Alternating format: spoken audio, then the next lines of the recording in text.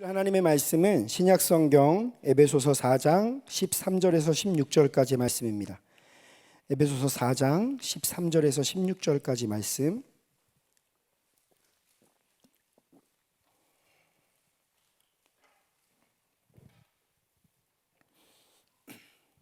다 찾으신 줄 알고 제가 봉독하겠습니다. 우리가 다 하나님의 아들을 믿는 것과 아는 일에 하나가 되어 온전한 사람을 이루어 그리스도의 장성한 분량이 충만한 데까지 이르리니, 이는 우리가 이제부터 어린아이가 되지 아니하여 사람의 속임수와 간사한 유혹에 빠져 온갖 교훈의 풍조에 밀려 요동하지 않게 하려 함이라. 오직 사랑 안에서 참된 것을 하여 범사에 그에게까지 자랄지라. 그는 머리니 곧 그리스도라.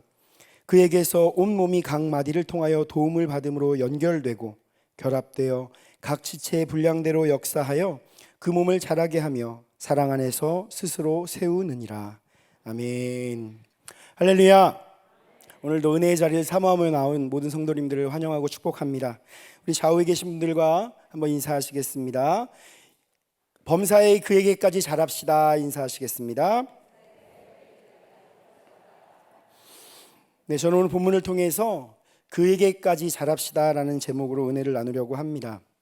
여기서 말하는 그는 우리의 믿음의 반석이시오, 또 우리의 쫓아가야 될 표대가 되시는 예수님을 의미합니다. 그래서 우리가 예수님에게까지 자랍시다라고 다시 한번 제목을 설명할 수 있을 것 같습니다. 성장기라는 말이 있습니다. 성장기는 생물이 몸이 자라서 커지는 시기라는 뜻입니다. 그 아이가 막 태어나면 유아기라고 하고, 이제 그 아동기를 지나서 성장기 기간 동안에는 점점 키도 자라고 지혜도 자라고 이 내면의 그런 인격도 형성되고 여러모로 사람이 자라가는 시간을 성장기라고 합니다. 이것은 하나님께서 정하신 법칙이고 또한 자연스러운 하나님의 그 질서라고 할 수 있습니다. 생물, 즉 생명이 있는 것들은 다 성장한다는 것입니다. 식물도 자라죠. 동물들도 자라고 사람도 자랍니다. 혹시 여기 계신 성도님들 중에 어디서 돌이 자랐다 이런 말 들어보신 적 있으십니까? 그런 말을 들어보신 분은 한 분도 없으실 거예요. 이런 말은 성립이 될 수 없는 게 무생물이기 때문에, 생명이 없기 때문에 돌이 자란다는 것은 말이 되지 않는 것이죠. 자, 우리가 생명을 가지고 있는 사람으로서 우리는 계속 성장해 갑니다. 이것이 우리의 육체적인 성장은 멈추더라도 우리의 내면이 계속 성장해 나아간다라고 할 수 있습니다. 이것을 세상에서는 성숙한 사람이다라고 얘기하기도 합니다. 이처럼 생명을 가진 존재는 계속적으로 자라가게 되는데, 이 반대로 생각한다면 자라지 않는다는 것은 생명이 없다는 것이 될 수도 있다는 거죠. 생명이 있는 우리들은 계속 자라가야 되는데, 우리가 자라감이 멈췄다, 내가 계속 그대로다 라는 것은 어쩌면 우리 안에 그 생명이 있는가? 라는 것을 질문할 수 있게 된다는 것입니다. 저희 딸이 이제 18개월이 됐어요. 이제 지나가고 있는데 막 요즘은 이제 달리기를 시작했습니다. 그래서 잘 달리는데요, 뒷모습이 저랑 비슷하다고 해요. 그래서 네, 제가 생각보다 잘 뜁니다. 네, 그래서 잘 뛰는데 이렇게 아이들이 자라가면서 검진을 하잖아요. 그리고 주사를 맞습니다. 그 때에 따라서 이제 뭐 1년이 되면 맞는 거, 뭐 6개월이 되면 맞는 거, 이런 주사들이 있어요. 그래서 그 주사를 맞게 되는데, 그 병원에 같이 갔었는데 주사를 맞으러 가니까 그 성장 발달표라는 것이 병원에 붙어 있더라고요. 그러니까 아이들이 1개월은 거의 아니고 아마 6개월 이상 된 아이들부터 6개월은 키가 몇 센치가 보통이고 몸무게가 보통이다 라는 것들을 이렇게 성장표를 이렇게 붙여놨어요. 성장 발달표를 붙여놔서 아주 우리나라의 평균적인 키와 몸무게를 적어놓고, 거기에 약간 미달되면 걱정이 좀 되기도 하고, 그걸 조금 넘어서면 와, 우리 애는 역시 특별해라는 생각을 하게 됩니다. 모든 부모님의 마음이 아마 그런 것 같아요. 저희 딸이 조금 체격도 조금 있고 키도 조금 커서 저도 갈 때마다 되게 뿌듯한 거예요. 막 역시 우리 딸이 평균을 넘고 있구나, 나를 닮았어, 막 이런 생각을 좀 하고 있습니다. 그런데 아까 제가 서두에 얘기했던 것처럼 우리 자녀를 그 성장 발달표에 딱 대입을 해봤더니 좀 덜 자랐어요. 다음 달이 돼서 갔는데 우리 애가 이만큼 자랐을 줄 알았는데 그대로 있어요. 그렇다면 그 부모의 마음은 어떻게 될까요? 막 타들어가기 시작할 거예요. 무슨 문제가 있지? 얘가 밥을 잘 못 먹나? 얘가 뭐 안에 병이 있나?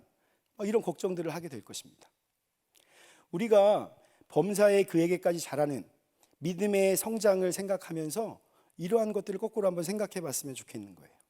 우리가 성장해야 됩니다. 성장합시다. 계속 이 말은 많이 했는데 멈춰 있다면 왜 멈춰 있고 그 멈춤을 우리가 극복해서 다시 성장의 자리로 나아갈 수 있는, 주님께까지 막 달려갈 수 있는 믿음의 놀라운 성장이 있어지는 그러한 밤이 되었으면 좋겠습니다. 이렇게 성장하는 것은 매우 중요한데 이것은 자연스러운 것이라는 것이죠. 그래서 우리가 멈춰있지 아니하고 하나님을 향해서, 예수님을 향해서 자라가는 믿음의 결단과 도전이 있어지는 밤이 되기를 예수님의 이름으로 축복합니다. 첫 번째로 우리들이 성장하기 위해서는 우리들은 아는 것과 믿는 것으로 하나가 되어야 합니다. 본문 13절 말씀을 한번 같이 읽도록 하겠습니다. 시작. 우리가 다 하나님의 아들을 믿는 것과 아는 일에 하나가 되어 온전한 사람을 이루어 그리스도의 장성한 분량이 충만한 데까지 이르리니. 아멘. 우리가 온전한 사람을 이루려면 필요한 것을 두 가지로 말하고 있습니다. 첫 번째는 하나님의 아들을 믿는 것이고 두 번째는 아는 것입니다. 우리는 예수 그리스도의 십자가의 구속의 은혜를 통해서 구원을 받았습니다. 우리가 이것을 믿고 고백하고 주님을 사랑하기 때문에 오늘도 이 자리에서 함께 예배드리고 있다고 생각합니다. 그렇다면 이 예수 그리스도를 나의 구주로 고백하는 것이 바로 믿음의 시작점이 되어지고 출발선이 되어진다면 우리는 이 첫 번째 조건을 거의 다 갖추셨을 거예요. 지금 그 믿음의 고백이 없는데 이 주일날 저녁에 이렇게 와서 피곤한 시간에 함께 예배하는 자리에 참석하는 것은 분명히 쉬운 일은 아니라고 생각합니다. 이 첫 번째 그리스도를 믿는 일에는 아마 우리가 이 출발선을 다 지나간 것 같아요. 그렇다면 우리가 이 두 번째 하나님의 아들을 아는 일에, 이 아는 일이 따라 붙어야만 하나님을 아들을 믿는 것과 아는 것이 하나가 되어질 때 온전한 사람이 된다라는 것을 기억해야 합니다. 그렇다면 우리가 두 번째는 하나님의 아들을 아는 것은 충분한가 한번 생각해 봐야 된다라는 것입니다. 우리는 하나님을 다 알 수가 없습니다.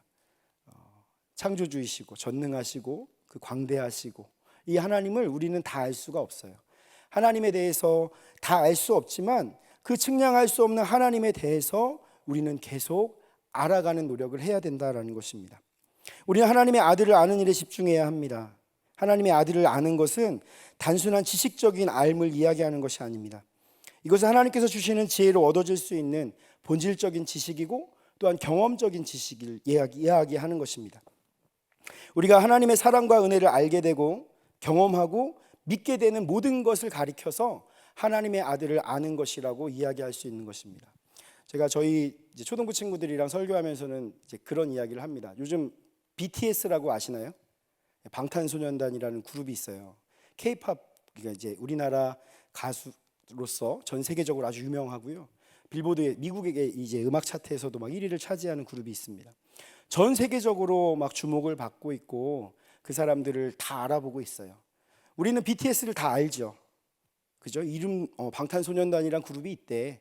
걔네들이 되게 인기가 많대. 뭐 이렇게는 알고 있습니다. 그런데 그 멤버 한 사람 한 사람과 우리가 연락을 한다든지 그 사람의 마음의 고민을 안다든지 그 사람이 뭘 좋아한다든지 이런 거는 전혀 모르잖아요. 그래서 지식적으로 표면적으로 아는 알은 우리가 다 알 수 있지만 이 내면적인 알은 관계를 통해서 맺을 수 있다라는 것이죠. 그래서 우리가 하나님에 대해서도 마찬가지라는 것이에요. 우리가 이제 어려서부터 우리 초등부 친구들에게는 어려서부터 너네들이 예수님에 대해서 배웠잖아, 들었잖아. 그런데 그 하나님에 대해서, 예수님에 대해서 너네들이 알고 있는 것으로 끝나지 않아. 믿고 하나님과 관계를 맺어야 돼라고 계속 설명을 하고 있어요. 그런데 우리들에게도 마찬가지라는 거예요. 하나님에 대한 알미 내가 멈춰져 있지 않아야 된다라는 것입니다. 서두에 이야기했던 것처럼 하나님을 알아가는 지식이 계속될수록 더 깊어질수록 더 많이 쌓여갈수록 우리가 하나님을 더욱 사랑할 수 있고 하나님 앞으로 더 가까이 나아갈 수 있고 하나님께로 더 자라가는 우리의 삶이 된다라는 것입니다. 그래서 호세아서 6장 3절에 호세아 선지자는 그러므로 우리가 여호와를 알자, 힘써 여호와를 알자. 그의 나타나심은 새벽빛같이 어김없나니 비와 같이 땅을 적시는 늦은 비와 같이 우리에게 임하시리라 하니라 라고 말씀했습니다. 당시 이스라엘 백성들은 하나님을 떠나서 이방신을 섬기는 그러한 죄를 계속 저질렀습니다. 하나님께서는 호세아 선지자를 통해서 그 이스라엘 백성들의 죄를 보여주셨어요. 호세아 선지자에게 음란한 여인 고멜을 취하게 하시고 그녀의 관계들 속에서 하나님과 이스라엘 백성이 관계가 마치 이렇게 되었다라는 것을 보여주었습니다. 그래서 호세아 선지자는 여호와를 힘써 아는 것을 촉구하고 있습니다. 이것은 호세아 시대뿐만 아니라 지금 우리 시대 가운데도 하나님을 알아가는 것은 너무나 중요하다는 영적인 촉구이고 도전이라고 생각되어집니다. 우리는 하나님을 아는 것, 예수님을 아는 것에 우리의 모든 힘을 쏟아야 합니다.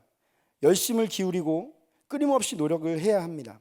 그렇게 하나님을 온전히 알아갈 때 우리가 온전한 사람을 이루고 그리스도의 장성한 분량이 충만한 데까지 자라갈 수 있게 된다는 것입니다. 우리의 성장이 멈춰 있다면 내가 너무나 익숙하게 신앙생활하고 있지는 않은가? 하나님의 말씀 읽는 일들이 어느 순간에 내 삶에서 많이 사라져 있지는 않은가? 기도하는 시간이 많이 사라지고 있지는 않은가? 돌아봐야 된다는 것입니다. 그렇게 우리의 삶 가운데 하나님과 나만의 친밀함을 계속 세워갈 때에 우리가 하나님을 더욱 깊이 알아갈 수 있다는 것이에요. 그렇게 하나님을 깊이 알아가는 알아가는 사람들이 하나님의 뜻 가운데서 믿음이 자라게 되고 온전한 사람으로 성숙되어진다라는 것입니다. 우리가 예수님을 믿는 믿음을 갖게 되었다면 이제 우리는 아는 일로 더욱더 힘을 써서 온전한 그리스도인이 될 수 있도록 성장할 수 있도록 힘을 쏟아야 된다라는 것입니다. 우리가 이 노력을 언제까지 해야 되느냐?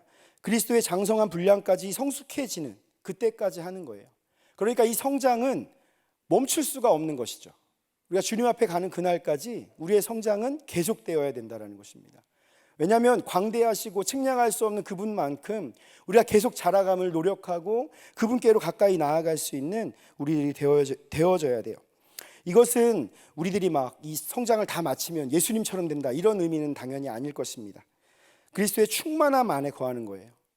우리가 주님의 그 은혜 안에 가득 거하게 되고 예수님을 닮아가는 삶을 살게 된다는 것을 뜻하는 것입니다. 이렇게 성숙한 삶을 살게 될 때 우리는 세상의 모든 교훈의 풍조에 밀려 요동하지 않고 바른 믿음으로 굳건하게 설 수 있습니다.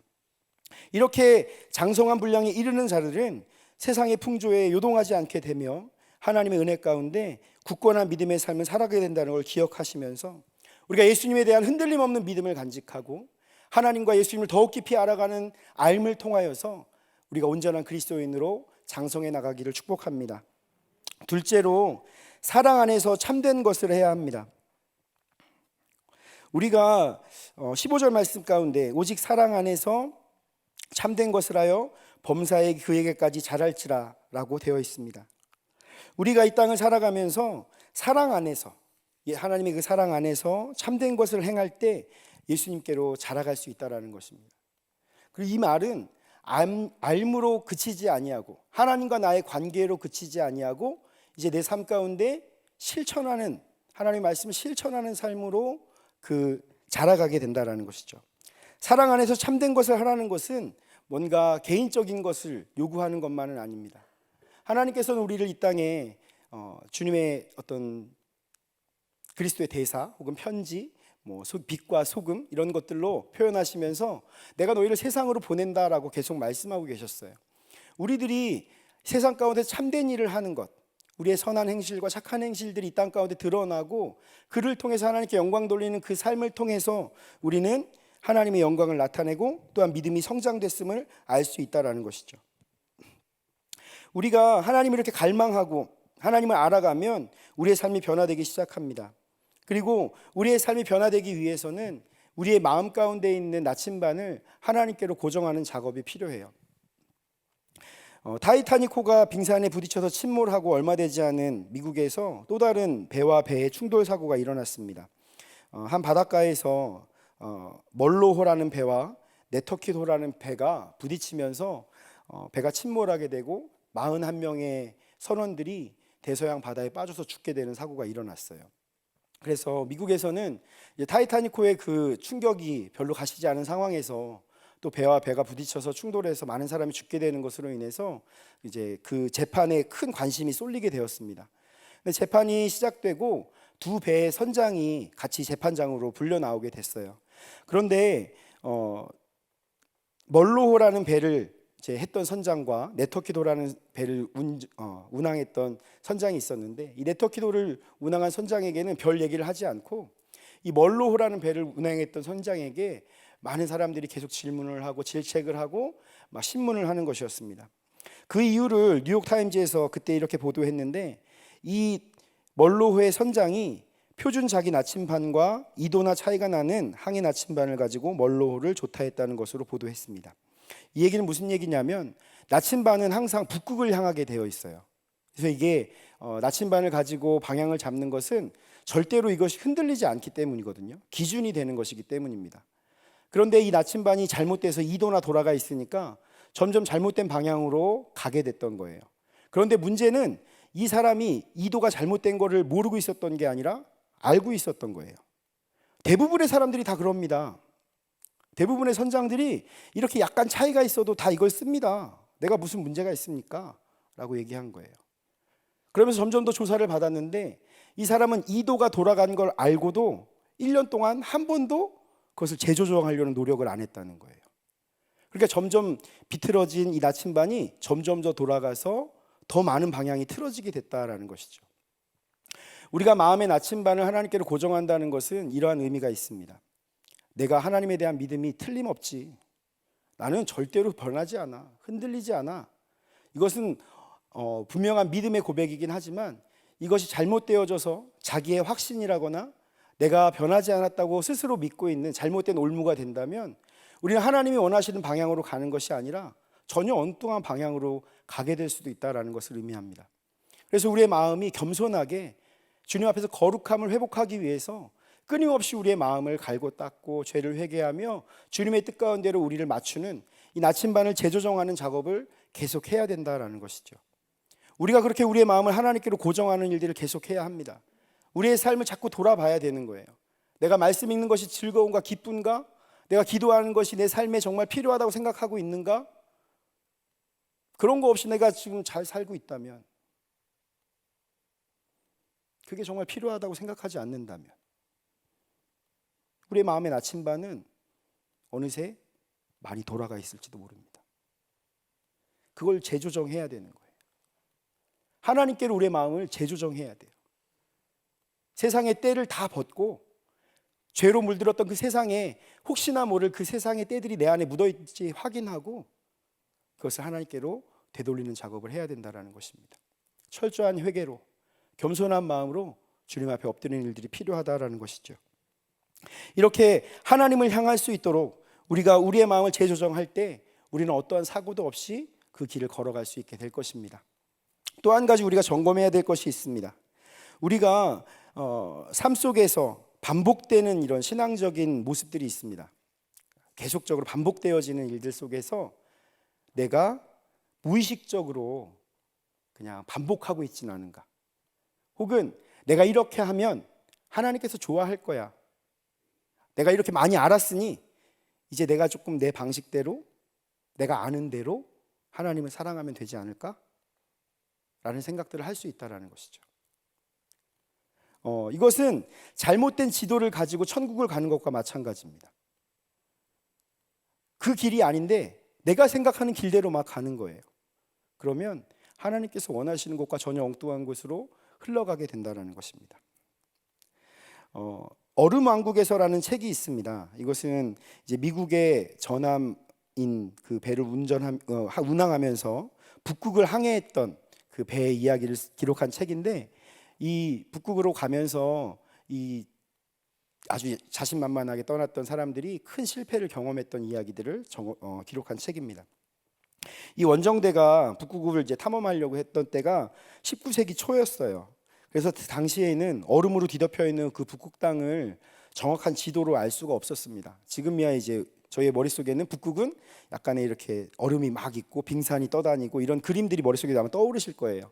왜냐하면 저희는 이제 인공위성으로도 다 찍을 수가 있고 많은 탐사 속에서 이제 북극이 어떻게 되어 있다라는 것을 이제 어느 정도 우리가 알고 있기 때문인데, 그 당시에는 북극은 사람이 갈 수 없는 곳이고 혹여나 간다 하더라도 그것을 다 파악하기에는 어떤 기술이나 장비가 준비가 되지 않았던 거죠.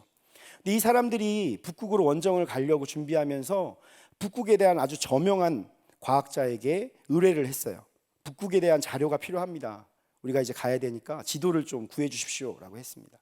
그랬더니 이 사람이 지도를 이제 전해줬는데 이 원정대는 그 지도만 믿고 간 거예요. 근데 되게 크나큰 실수가 있었습니다.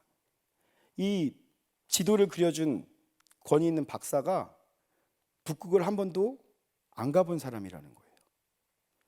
자기가 가보지도 않은 북극에 대해서 막 그림을 그려준 거예요. 아마 이럴 거야, 아마 이럴 거야 라고 그림을 그려준 겁니다. 그래서 이 사람들이 원정을 갔는데 막 가다 보니까 막 빙산들이 막 떠내려오는 거예요. 야, 지도 봐봐, 어떻게 된 거야? 여기가 아닌데? 저 빙산이 없다고 했어. 저건 뭐지? 저건 뭐지? 막 이렇게 생각하게 된 거예요. 그리고 나서 이 원정대가 그 지도를 보는 것을 과감히 포기했대요.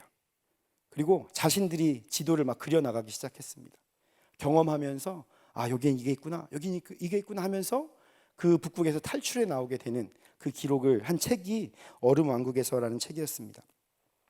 우리가 이 책을 통해서 한번 생각해 볼 수 있는 건 그런 것입니다. 우리가 알고 있다고, 내가 이렇게 가면 된다고 생각하는 나만의 지도를 가지고 하나님 나라를 향해 가고 있지는 않은가?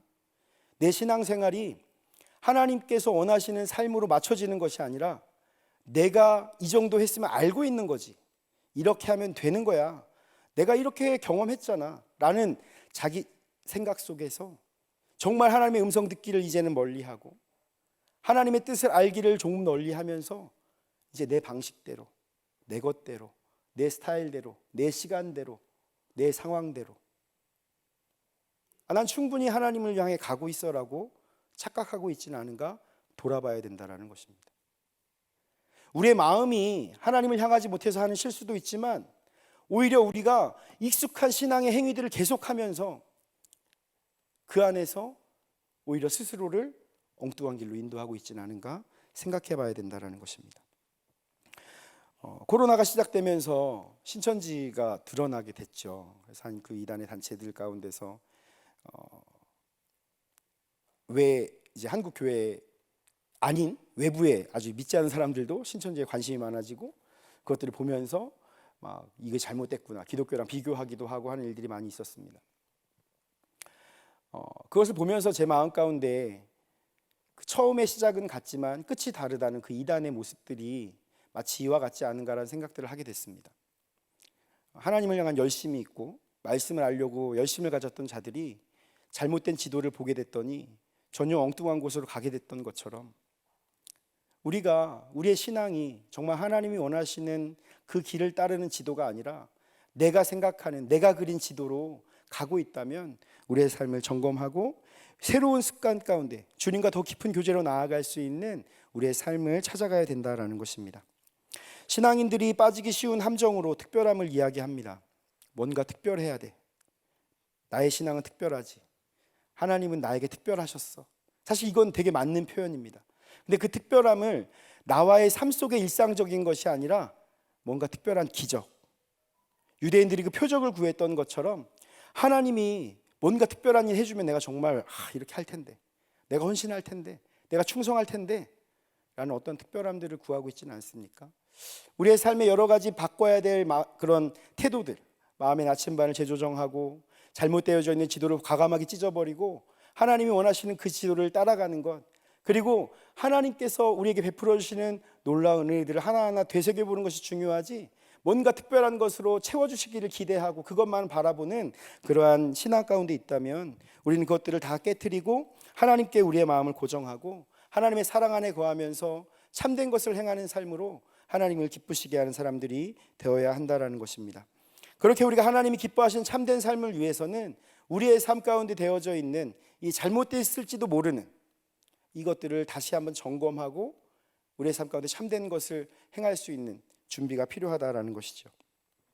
우리가 이 두 가지를 기억하면서 하나님 은혜 가운데 살아가는 우리 모두가 되기를 소망합니다. 우리가 하나님의 은혜로 구원을 받고 그리스도인이 되었습니다.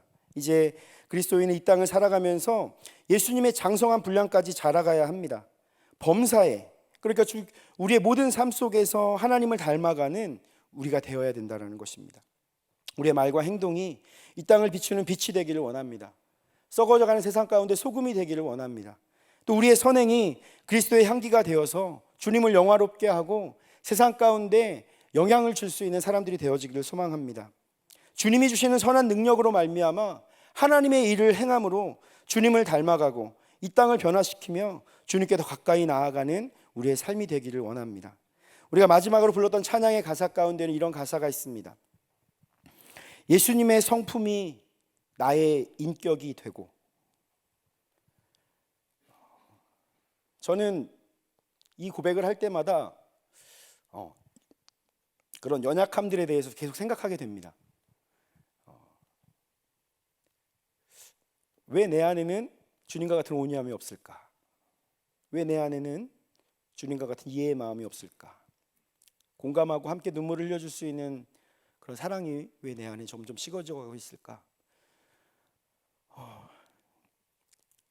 우리가 다 느끼는 어떠한 부족한 성품들이 있을 것이라고 생각합니다. 그런데 우리는 끊임없이 그것을 갈망해야 돼요. 끊임없이 자라가기를 소망해야 됩니다. 멈춰질 수 없어요.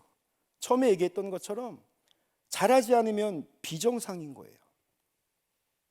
우리가 과연 잘 자라가고 있는가? 주님이 우리에게 기대하시는 것처럼 야, 너희들 이만큼 자랐지?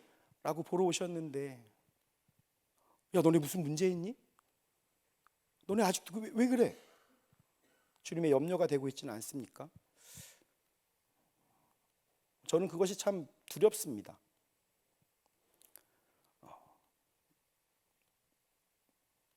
달란트 비유 속에서 주님은 그들에게 달란트를 맡기신 것들을 결산하셨어요. 우리가 주님 앞에서 결산하게 되는 그날에 주님이 기대하시고 맡기셨던 일들 가운데 우리의 성장도 분명히 포함되어 있을 거라고 생각합니다. 내가 주님의 모습을 얼만큼 닮아가고 있는가? 또 내 삶은 이 땅 가운데 어떠한 선한 영향력으로 이 세상 가운데 빛으로 소금으로 영향을 끼치고 있는가? 적어도 내가 관계하는 사람들에게 저분은 정말 교회 다니는 분이야. 예수님 믿는 분이지. 이런 것들을 인정받고 하나님께 영광을 돌리는 삶을 우리가 살고 있는가? 도전하기를 원합니다. 하나님, 내가 그렇게 살기를 원합니다. 내 삶 가운데 내 성품과 내 인격과 내 말과 행동과 나의 모든 삶의 기준들이 주님을 닮아가길 원합니다. 이러한 고백 가운데 우리가 주님을 닮아가는 아름다운 성장을 이루어갈 수 있는 귀한 은혜가 있기를 간절히 축복합니다.